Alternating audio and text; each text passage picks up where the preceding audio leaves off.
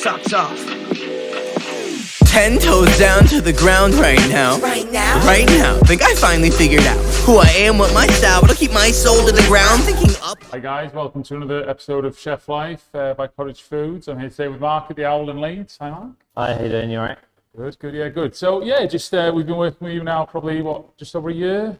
Sounds about right, yeah. Just around there. So we started with Liz at home and then met you through that connection there, and then since then you've moved sites again. So this is what, your third site with Owl? Yeah, so we started, me and Liz opened home, and from there we opened the Owl in the market. Then through COVID and other reasons, we found the market wasn't the right size for us, and we wanted to expand what we're doing and give a better offering. So we found this site here, Mustard Wharf, which is just down by the canal, but the site wasn't ready until there was like a 3-month gap, so we had to find an interim place between the market and here, and we moved into Home's old venue and popped up there for a bit, and then we opened up here May last year, 2022, and we've been trading here for about a year now, really. It's a beautiful space, to be fair, like in terms of just the outlay and things. How many covers are you getting in here? So we aim for about 56 covers. That's like our maximum sit down we can do. We do have some space outside for casual dining, so we do like a grazing tray offering, which is like slightly larger than snacks. So it's kind of like pick and mix, like you just have a beer, have some crumpets, have some oysters. So it's quite simple and relaxing. And then we do more of our dining offer inside. So lunch, dinner, tasting menus. Awesome. And do you find that in terms of customers, what they buy more of is the tasting menus, or? So I think what I really like about you versus some of our other customers, I feel your tasting menu changes quite push the boundaries. Don't tend to stay too safe for that. I quite like the variety that you offer. So what we find is we do like an a la carte, which is a set price, but you choose what you want each course. So depending on what the occasion is, some people are just coming out every week, every 2 weeks, or go for the a la carte, and then people want a special occasion or go for the set menu. But it's just variety, so we try to offer different things for different people. So we're a bit more flexible what we can offer people, so it meets all their needs. Yeah, I think there's something in that. We found, I was talking with Nathan the other week, and what I find really interesting at the moment is this sort of, I know you guys aren't a country pub, but that almost, you can have a standard menu meal mixed in with a tasting menu if that's what you want. And I think offering those ends of the spectrum are starting to work really well across a number of sort of restaurant platforms. We're finding with like good country dining is kind of working well with some of our customers. And again, that inner city, I mean, in terms of Leeds and stuff, I think you guys offer something really different. We try to be as flexible as we can be. So not every diner is the same. So some people are coming in and they're coming in for something quick, so we offer that. And some people are coming in for something like the meal out every 2 weeks with their friend, the family, and we offer something for that. And then some people it's something a bit more special, a celebration, something they can really enjoy, and we offer that as well. We try to make sure that everything we do is the same standard, so it doesn't matter what you come in and you get. So if you come in and get a crumpet, that's the best we possibly can do. Awesome. And if you come and get a tasting menu, it's the best we possibly can do. It doesn't matter what you're getting, we want it to be the best it can be. It's the right way to approach any business, really. It's funny that translates into us. I want to offer you the best possible product and the best service. And I think that's what stands the test of time. Exactly. Well, it starts there. Everything starts with the product. So if the raw product's good, then everything that falls off it will be good, because you can't start with bad foundations. So that's why we work with you guys. You'd be surprised though, the amount of people we've met over the years where price, and it's hard running a business, I totally understand it, but price has become such a factor that quality slips, but then the headline price for the consumer is still quite high. And you're like, I don't know how you can stand by that in terms of what your sort of values are, as a business. Well, I find at the moment it's kind of everything's a bit inflation's misleading, in the sense of, if I go to McDonald's and I buy a Big Mac meal, it's only £1 more. But people don't really see the maths in it. They see, it's only £1, but they don't realise it's gone up 25%. Exactly. And if I sell a milk for £50 or £100, whatever, and I put it at 25%, it's £25. And you go, how do you put your price at £25? Because it's all not relative, isn't it? It's relative. Yeah. So people don't always see that. So we're like at the moment that's like that trying to.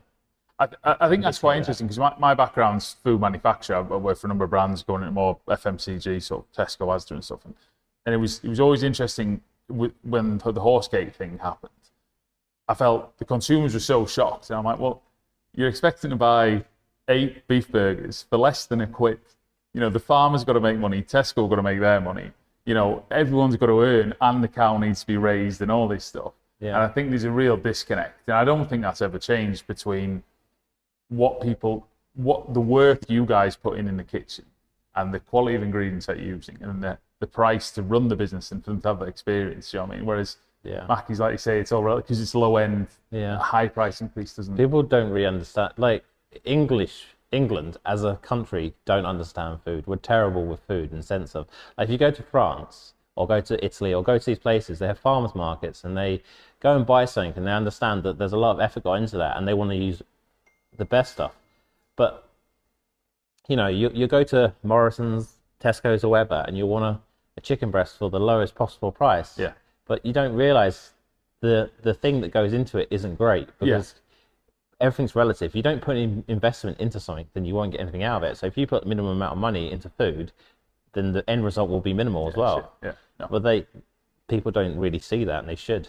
No, I think there's a big disconnect overall with people's relationship with food and stuff, and it's been quite interesting for me going from dealing with the retailers, and I've dealt with some excellent buyers there, then coming over and dealing with people of your caliber, where, you know, quality is absolutely everything, whereas there was always a balance between quality and price. Yeah. And price was generally the 99% driving factor. Yeah.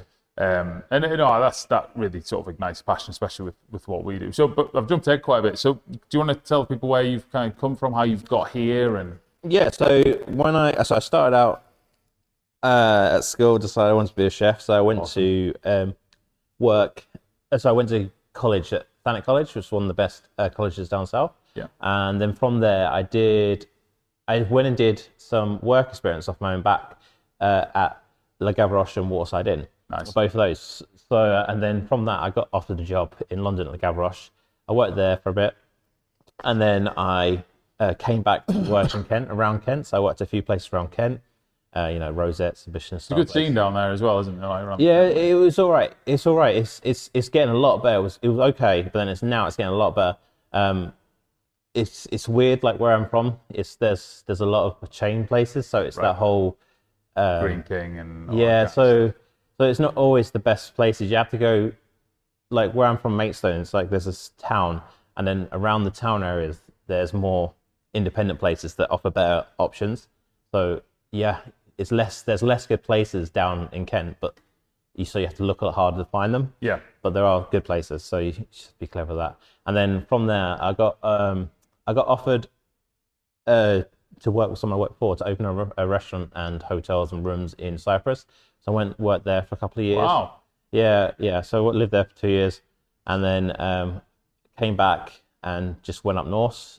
Went to the Star at Harem. It's like went up to senior sous chef there, and then time was right to move on to pursue something myself. So I went and took an executive chef job, kind of like a gastro pub group called The Fleece, Craven Heifer and Addingham, and was there for a few years, and then got offered a position as head chef at the Box Tree, and so I did that for a few more years. Yeah. Kept the Star there, you know, all the stuff that things tells, and then from there met my business partner Liz, and we opened home restaurant in Leeds, and then the Owl and Cora and Boston Spa, and then that's where you're at. Yeah. That's now. Rapid journey. So how did you find Cyprus versus what you'd done down south? Quite a change, or? Yeah. So it was kind of. So when I went there, I was playing football a lot, and I ripped my ACL on my knee. So it wasn't built yet. So it took like 5 months to build. So I was recovering while planning and stuff. So it was actually quite serendipitous, essentially, because I got paid basically to recover, which was good. Yeah. And then it was really good being in Cyprus, but being like an island, it had a lot of like we found it hard to get ingredients. Infrastructure wasn't really great there, so it was a lot harder to get stuff we needed. So yeah. Is it more of a focus on traditional food out there? Like Yeah, so there was like there was like three different styles of food. There was like ultra traditional like kleftiko, meze eating, which was like from the Turkish and Greek influence to the island.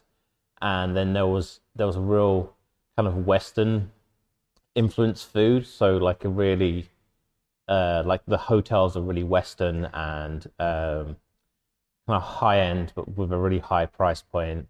And we were trying to be somewhere in the middle. So yeah, so that was kind of what they did. They also did. There was a really high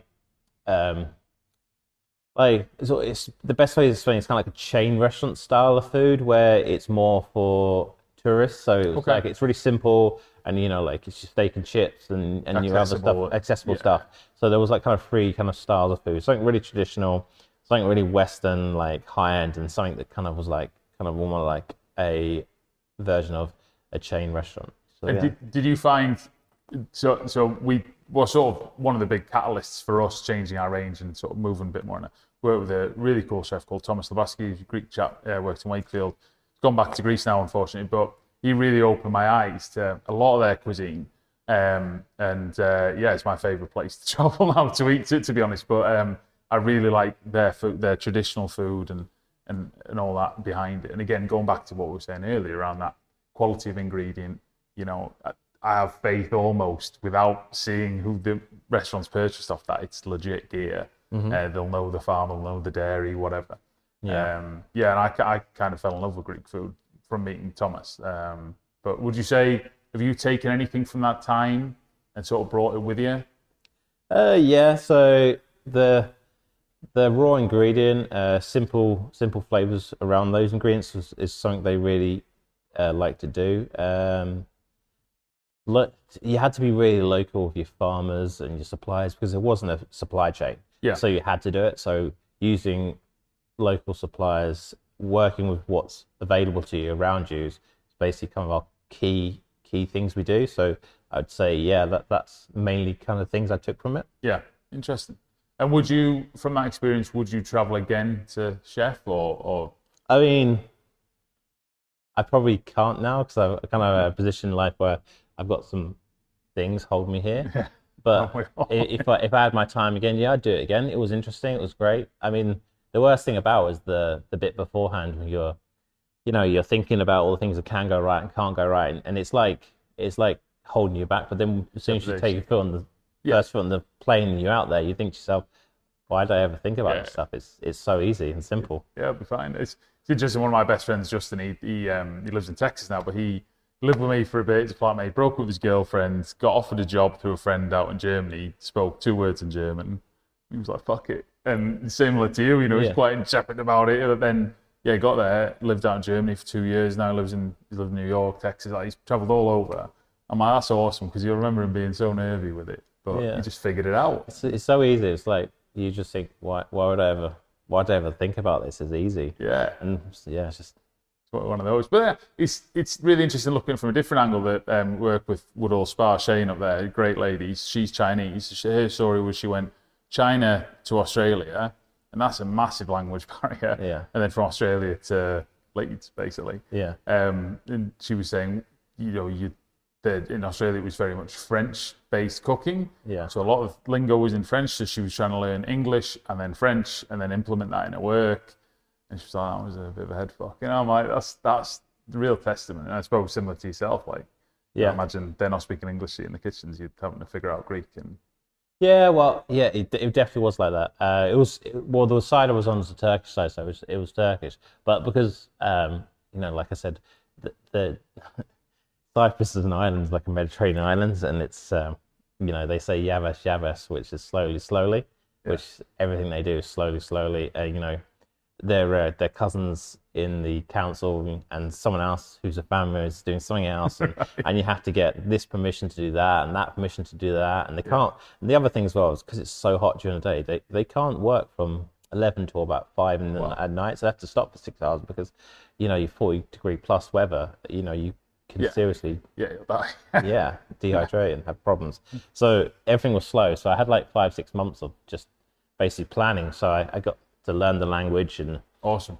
plan and do stuff that I ordinarily wouldn't have had a chance to do. So it worked out quite well for me. Awesome. It was a real testament to experience that. Yeah. And then sort of taking your first steps from that, and then obviously coming back to working again over here, taking your first steps to Elizabeth Home, how did you find that going into your own business? Did you find were challenges that you didn't foresee? And Yeah, well, yes, it's a good learning curve and everything. So, I mean, I'm fairly fearless in certain things. Like I don't always think about the problems. I just kind of go ahead of them and think and plan, get things in the best possible state. But generally, I like to think those problems will sort themselves out if we plan properly. Exactly. So it was hard to start with. Like any new business, it was hard. You know, like early starts, late finishes, not having enough staff.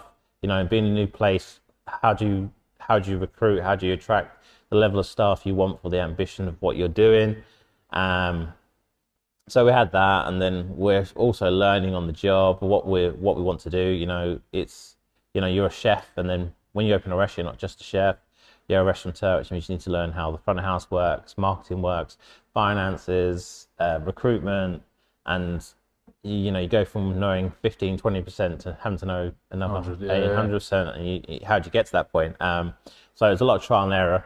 Working with someone who knows a lot of stuff is always good because you don't get experience without having experience. And did you split that role with Liz? Did she have certain skill sets and you had certain skill sets? So I had certain skill sets and she had certain skill sets. So from the first thing, like menu development for the first six to 8 weeks, like before we opened out, I was doing a lot of that. She was involved quite a lot, but she was more involved in like the marketing and other stuff. But she'd show me how to do that, and then we'd work together on the dev, and then it was like day-to-day running the kitchen, day-to-day running the floor. We got someone in the floor, and we just kept adding people to the team roster. And have you found with this stuff? So what I've found is, so we've had Cottage for just over 6 years now, and I brought Jennifer in as my business partner about 6 to 8 months in. We'd worked together previously, but the big thing for us has been staff, getting the right people. Like Rihanna, Aiden, Amy, and stuff are in the team now, are excellent, but kind of had to go through a lot of learnings with other people, where they've not met our expectations. The current team, that's made this business shine for us in terms of owning it and things. Well, he's exactly right. Yeah, we've had a lot of trial and error. We've had some people that we've had a lot of people we thought would work out, haven't worked out. We've had people that have worked out, but then their life changes and they have life things that and they can't work in Leeds anymore or whatever. So you have to be able to roll with those punches. I mean, it's a constant learning curve. So you learn from each person. Certain people do certain things, and you have to work out: is it carrot? Is it stick? What this person needs. Not every person is the same. The general rule of how you want people to act and what you expect from them, but generally it does change for each person. You have to be a bit more. It's attitude and aptitude, I found. Yeah, I say that as well. Yeah, we don't generally hire on experience because no one's really got the experience that you need anymore, and it's really hard. So when I was like a commie chef or whatever, I would have go for a job and there'd be 5 or 6 or 7 people applying for the same job, and they would have had at least the same experience or more than me. So it was a challenge to show why I was the best person for that job. Sure. And now you can get quite a few applicants for a job, like 5 or 6, but the experience level is so low and unrealistic ability level for a position they're applying for, and you have to be able to train them up to be able to do what you want. And it's a lot of investment in your time. It is a lot of investment. So it's gone from being maybe 5 or 6 for one job to one person for a job maybe. So it's like it's gone down so and much. Are you finding that across? Because what I find interesting with all our restaurant customers, like you were saying earlier, you've got such a range of staff functions. Front of house and wine, and then all the different roles in the kitchen. Are you taking that approach? Are you finding people with a lack of experience across all functions? Find the front of house generally. We are a bit more lucky with front of house. It feels like the the skill set needed to be a good front of house person is less technical stuff. Like cooking's more of a technical thing than a front of house position. Sure. So if we find the right person who has the right attitude, we're able to add skills to them a lot easier. Yeah. And they're more multifunctional, so it's easier to use them in various different roles. Whereas if they're a chef position, it's more, it's having the right attitude is part of it. Then there's like organizations, being able to organize yourself, be able to manage yourself, and then on top of it, it's like, right, can you cook, can you taste, can you do all these things? So there's a few more multifunctional things I find in the chefs. So it isn't always just the right attitude. So if they need to be able to learn quite well as well. Yeah. So having a good technical ability IQ always helps. Yeah. Be organised. And are you allowing the chefs to lead you a bit in terms of menu creation, or do you keep that sort of more to yourself? Well, we do. We have conversations all the time what could be good in the menu, but what I found lately is that it's hard. The younger chefs, trying to get them to come up with ideas is quite difficult. What we tried to say, this is the Our restaurant. So the Our restaurant has a tone, a theme, Absolutely. and how we do things in the menu. So you need to understand what we do, and you have to work within those constructive constraints. And I had a few people that come back with ideas that they don't fit within what we are, and you're trying to explain the constructive way of, like, this idea is good, but you need to do this to it to make it fit within line of what we do. It's like if it was like a music time, we're a rock band, and you're bringing R&B to me or hip hop, it can't go in this thing. You need to change it around to fit within what we're doing. It's not to say the raw ingredients aren't right or your technique of cooking it isn't right, but the way you explain it, the tempo, has to fit with what we're doing. Yeah. So that we do have those conversations all the time. Like generally, from a food dev point of view, we've been working so long on dishes and what we do. We generally have like our hero dishes that we really like, and then we just keep tweaking them. So we did it last year. This was the dish last year as it was. Right, what worked really well on it? Oh, that did. What can we improve on it? Oh, that. And then we just kind of strip away the fat and then just you're not reinventing the wheel every time. We're trying to hone things. We generally because our menus change every 8 weeks. So generally on our menus, there are probably 80%, 75 to 80% of dishes that have been on before last season that we want to bring back because we thought they were so good, and they'd be like 25% of absolute brand new dishes. So essentially, we always are got something new coming on, a new menu, but we don't want to overload people with brand new stuff so they can't manage it. Yeah. So we want similar. We also like similar techniques. So if someone changes it, we change a dish, that the actual technique, how we get to the end product, is familiar to people, so they don't freak out. They can relate to that and go, all right, so I did this 2 months ago and I did it this way, and then but I'm doing this and it actually connects. I can see how it connects, and it's a little bit easy for me to learn. So we try to connect things with familiar ideas, so when people do learn it, they can learn it a lot quicker and easier. Yeah, interesting. I think that's that sort of magic in the kitchen is the interesting bit, and I suppose going back to the team part, they've got to fit within that rhythm, within the tempo of how you guys work and how they learn, and like you're saying with that IQ, like assimilate into how you cook for the style of the hour and all this sort of stuff, which is quite interesting. And in terms of your menu, so you talked there about the theme of the hour. What would you want your average consumer to kind of think about here, if they were looking to dine? So what we aim to be is basically our ethos is mostly around game and fish. So whatever's really good in Yorkshire is kind of what we look for. So like the game and fish we're in Yorkshire, and we're always looking for Yorkshire products because we're a Yorkshire restaurant. So that's like that's like our core statement for the food from a kitchen point of view. From like a consumer point of view of what we would like them to think about our food is interesting, really tasty, and really craveable. They want to come back and try this, and it exceeds their expectations. Like, they get comfort from what they're getting, but they also a little bit, I don't know how you did that. How'd you do that? So there's a little bit of a wow factor. Yeah. So those are the kind of things what we aim for when people come. I came a couple of months ago for Sunday lunch with Dan Whitmore, our best Sunday lunch I've ever had. I didn't know Sunday lunches could be that good.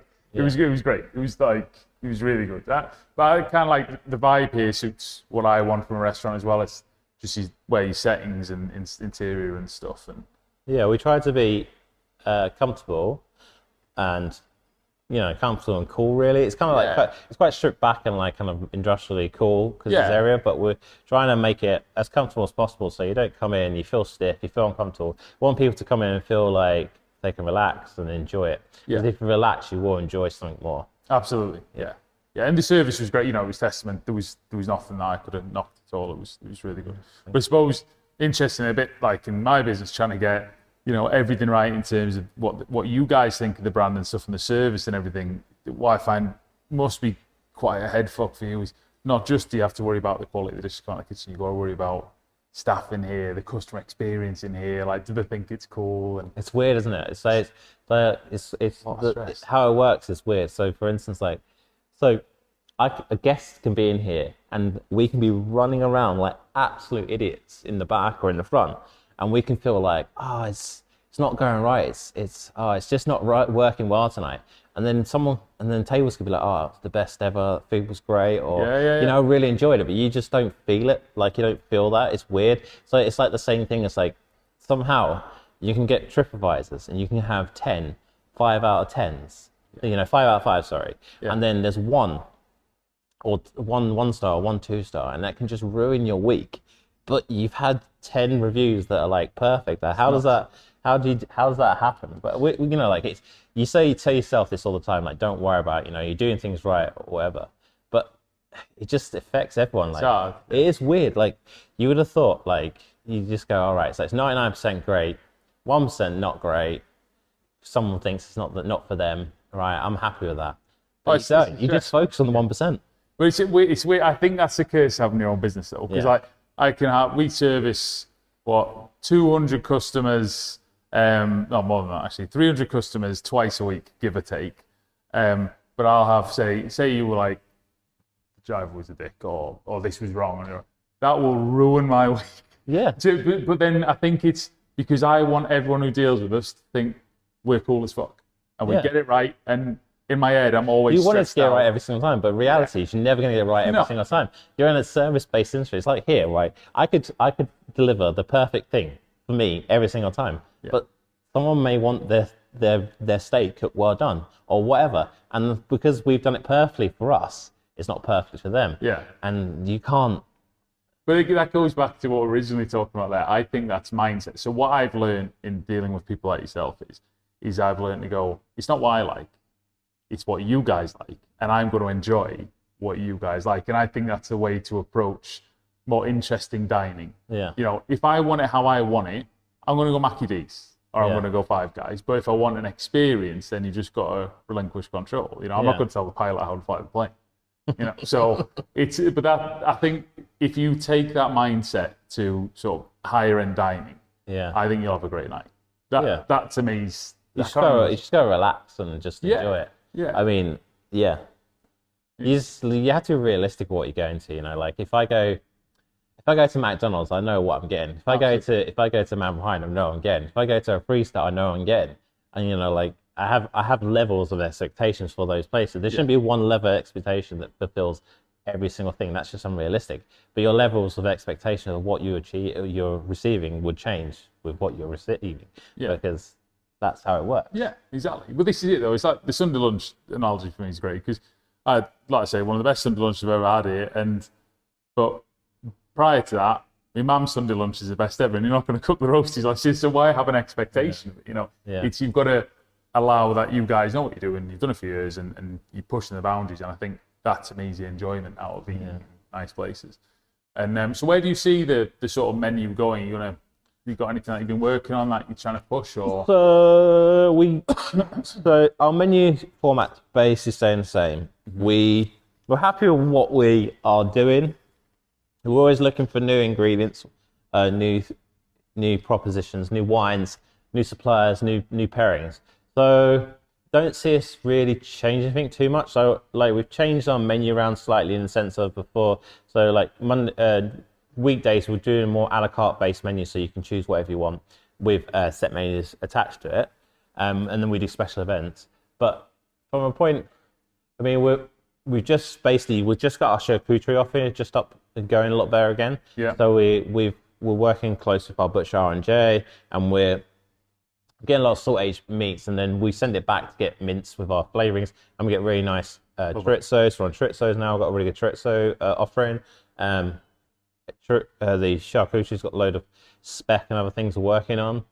So it's more for us. It's more of the same. Trying to make everything more consistent, better quality. It's not really anything radically we need to change. We're really happy with what we're doing. You know, there's always certain tweaks we want to do to things to make things a little bit better. So like when we were at the market, we couldn't really do our own fresh bread. We were buying it in, but now we've got space to do our fresh bread, which we kept the same. Yeah. You know, before on a Sunday we weren't really doing charcuterie, but we took a step back. We saw what does Sunday need to be better. What can we offer? You know, what time gaps in the menu, the dining experience. What can we put in there that can improve it? And so we just had a little bit here and there to improve. We're not really going to radically change anything because we feel like the product's working really well and people really enjoy it. Yeah, that's absolutely. So it's more for us, more of the same, better quality ingredients, sourcing good ingredients, find out what's best at the time of year. You know, good in seasonings, better seasonings, what we can use. So like, that's why we use guys. So we try to get some of the Japanese seasonings on things so it can improve dishes. Yeah. We're not stuck on something has to be with something. If there's an ingredient that can make something better, then we will use it. So we're always trying to develop new ideas, better ideas, improve what we have. So it's awesome. Always a constant improvement. And where are you finding your inspiration? Do you have certain things that you go to for that, or is it just? It's a combination of things. So you could have like a prawn cocktail and go, right, I want to recreate the idea of a prawn cocktail. Yeah. I'm not sure how, but I want to do that. And then you start picking apart and pick the ideas of what you like about the prawn cocktail, like the acidity of the tomatoes, the freshness, and then the brininess of the prawns. Like, how do I get that in a dish? And then we'd work on that, evolve that into create something. And then, so for instance, like the venison for RJ's like so good. So it's like, right, so we got venison, right, what do we do with it? What do we put with it to make the venison sing? And then we'll make a dish. So for instance, on the menu at the moment, we got celeriac burnt, raspberries, our own black pudding, venison with chocolate sauce. So it's like basically there's a combination of ideas, but it's based around venison and chocolate sauce with fruit, which is a classic combination. So it's taking something really good and combining it with things. So it's like it's a product-led dish. Yeah. So there's idea-led dishes, which is like the prawn cocktail. Then there's product-led dishes, which is like the venison. And then sometimes what I do, I go and look at what other people's doing, and if they've got a great idea, then I take it and think, right, do your spin. how do I reverse engineer this to make an our dish? It's a great idea what they're doing. Now, how do I reverse engineer it to make an our dish? So there's like, and then sometimes we just take classic dishes. So for instance, like we do a treacle tart. So we'll take a treacle tart and we'll do it quite simply. So for instance, we do a treacle tart before, and instead of using orange, we use sea buckthorn. So it's basically treacle tart. We just changed the flavor slightly, but we kept it as similar to what it was as before. So we took away the tart case because it can get wet, and then we just serve with like milk crumble and then sea buckthorn biscuit and then sea buckthorn curd. So it's essentially it's taking an idea and trying not to mess around too much, and then so it's like a simple idea. So we've got like ideas, product-led dishes, reinvention of other people's ideas, and then classic dishes. So it's all those kind of like the 4 or 5 things how we work. Going back to that simpleness that you're talking about in Cyprus again, isn't it? Like just taking those flavors and letting the flavors speak. Yeah, exactly. Some things will have like 3 items in the dish, and it's really simple, and that's what it needs. And then some things will have slightly more, and it's a bit more intricate, so it makes it a bit more interesting. But it's not really a case of, I think, one size fits all. It's working out what you have and how you complement it best. Yeah. And what's your favourite dish that you'd say you knock out?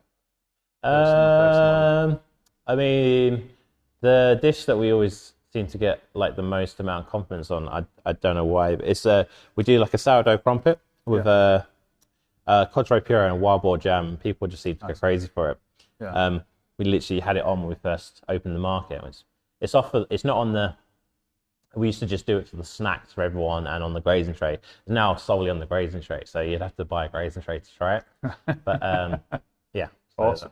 That's Awesome. it's quite simple, but that seems to be like everyone goes crazy for. And what, just going back to what we talked about before, so to your sort of journey, what got you into wanting to be a chef? Do you cook a lot at home with your folks, or?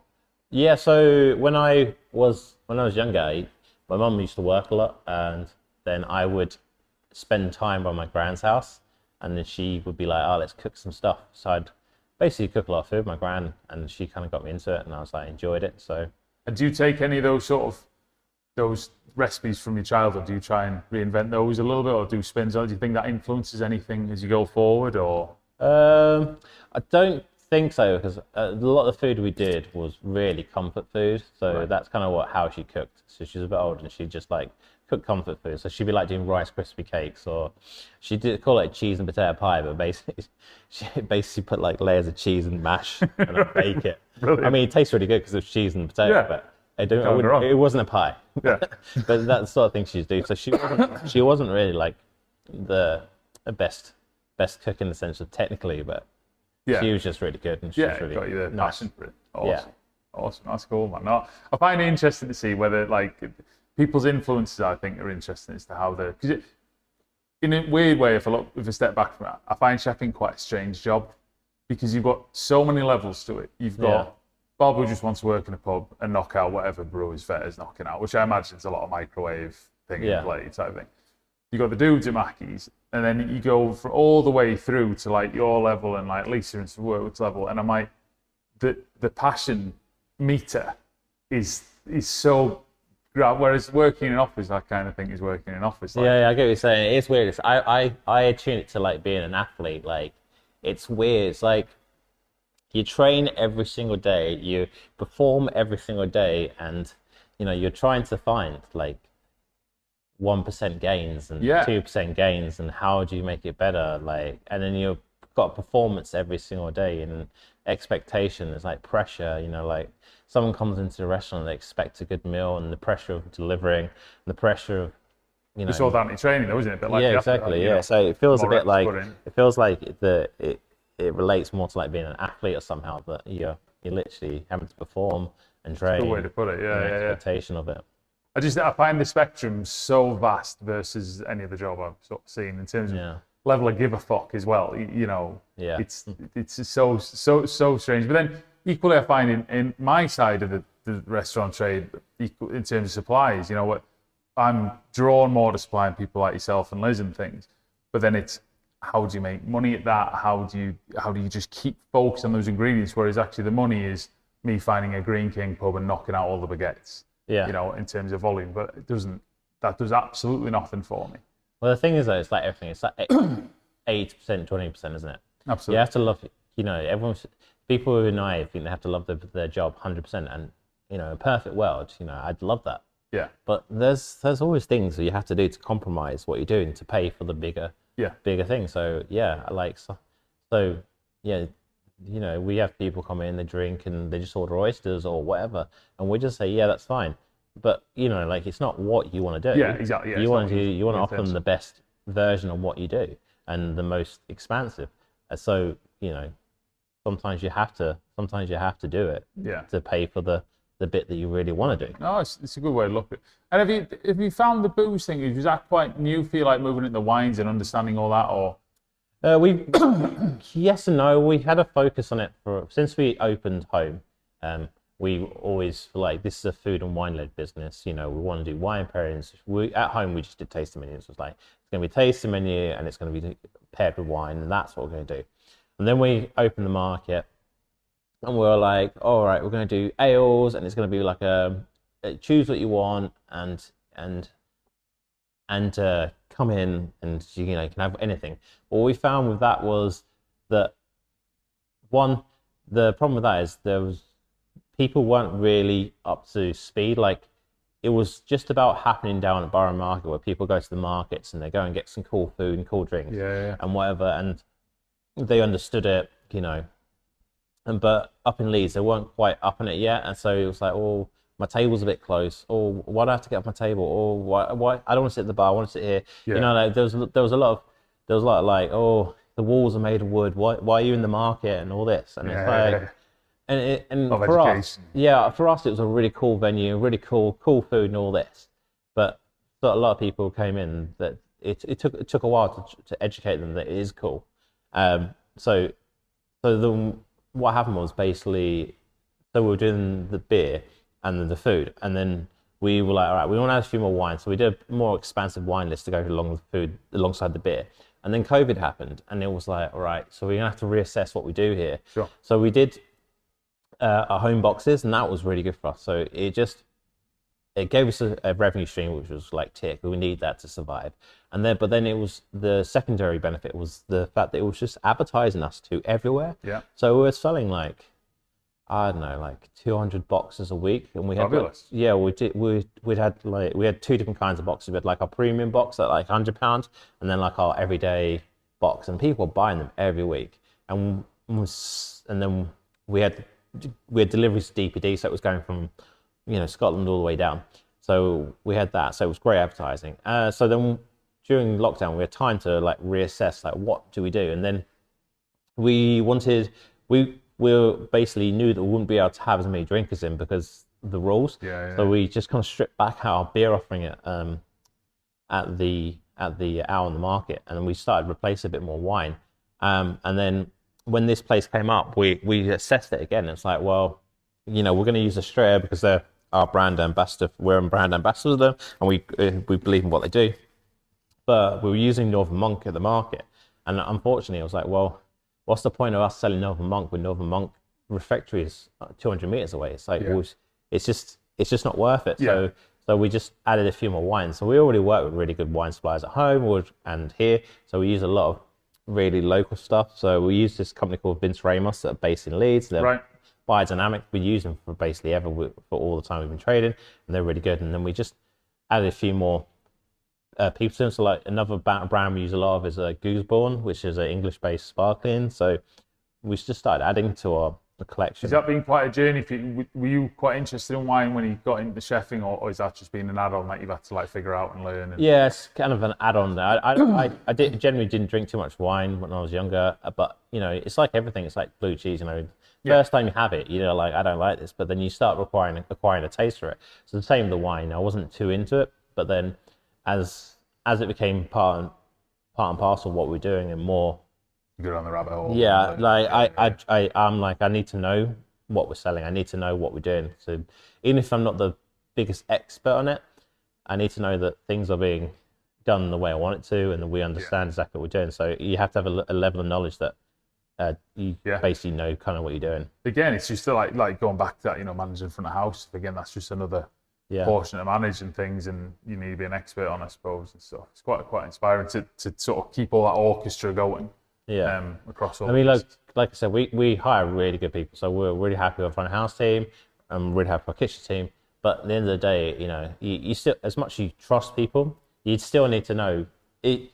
You can't direct people the way you want to go if you don't know what you're doing. Yeah, true. So I need to know kind of where we want to go. Like you give people like outlines of what you're looking for. Yeah. You know, and then they come back with ideas, and you can go, right, we like this. We're going to work on this one like this. Yeah. So the same thing. So we have a couple of wines that are basically exclusive to the Owl and Home. Awesome.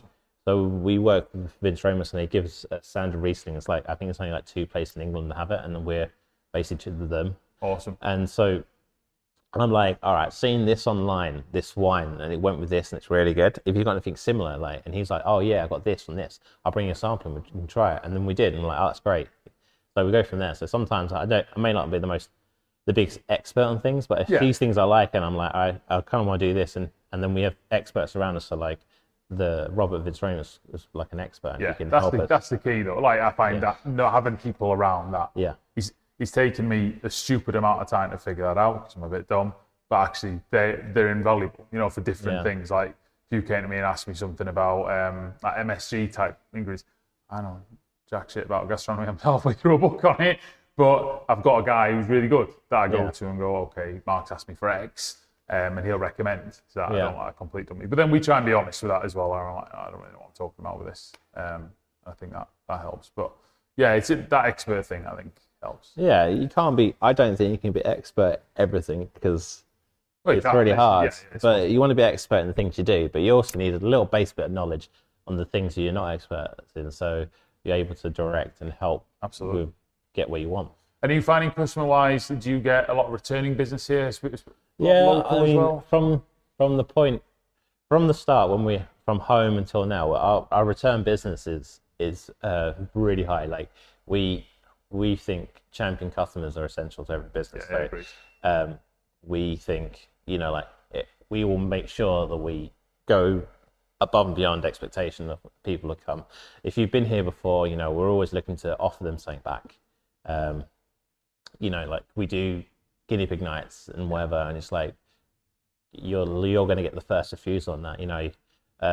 If we are a little bit low in the week or something, and we're like, all right, we got a drinks on us off, we're going to offer to people. Let's give it to let's send it to our priority list. The people have been more times, and we'll give them the first refusal of things, priority on things. Like drinks on us, other stuff we can, make them feel special and want to come back, and then generally, like, they're doing our marketing for us. They're champion customers, tell everyone how great we are.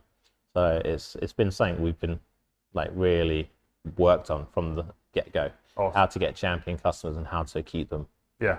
Oh no, I think you're right. It's same for our business is based on that. That's all we're after, really. Well, listen, I know you. Thanks for your time today. You've got some awesome cooking to do, Rianne. Show us some dishes and stuff. But people can get you on Instagram, the Owl on Instagram, anywhere else? Yeah, the Owl Leeds at Instagram. I'm Mark Owens Chef at Instagram, something like that. Yeah, there you go. Yeah. There you go. Awesome. Well, listen, mate. Yeah, I love working with you, pal. Like, looking forward to working with you in the future, and yeah, keep doing what you're doing. Come try Mark's food, and yeah, cool. Thank you very much. Socks off. 10 toes down to the ground right now. Right now. Think I finally figured out who I am, what my style, but I'll keep my soul.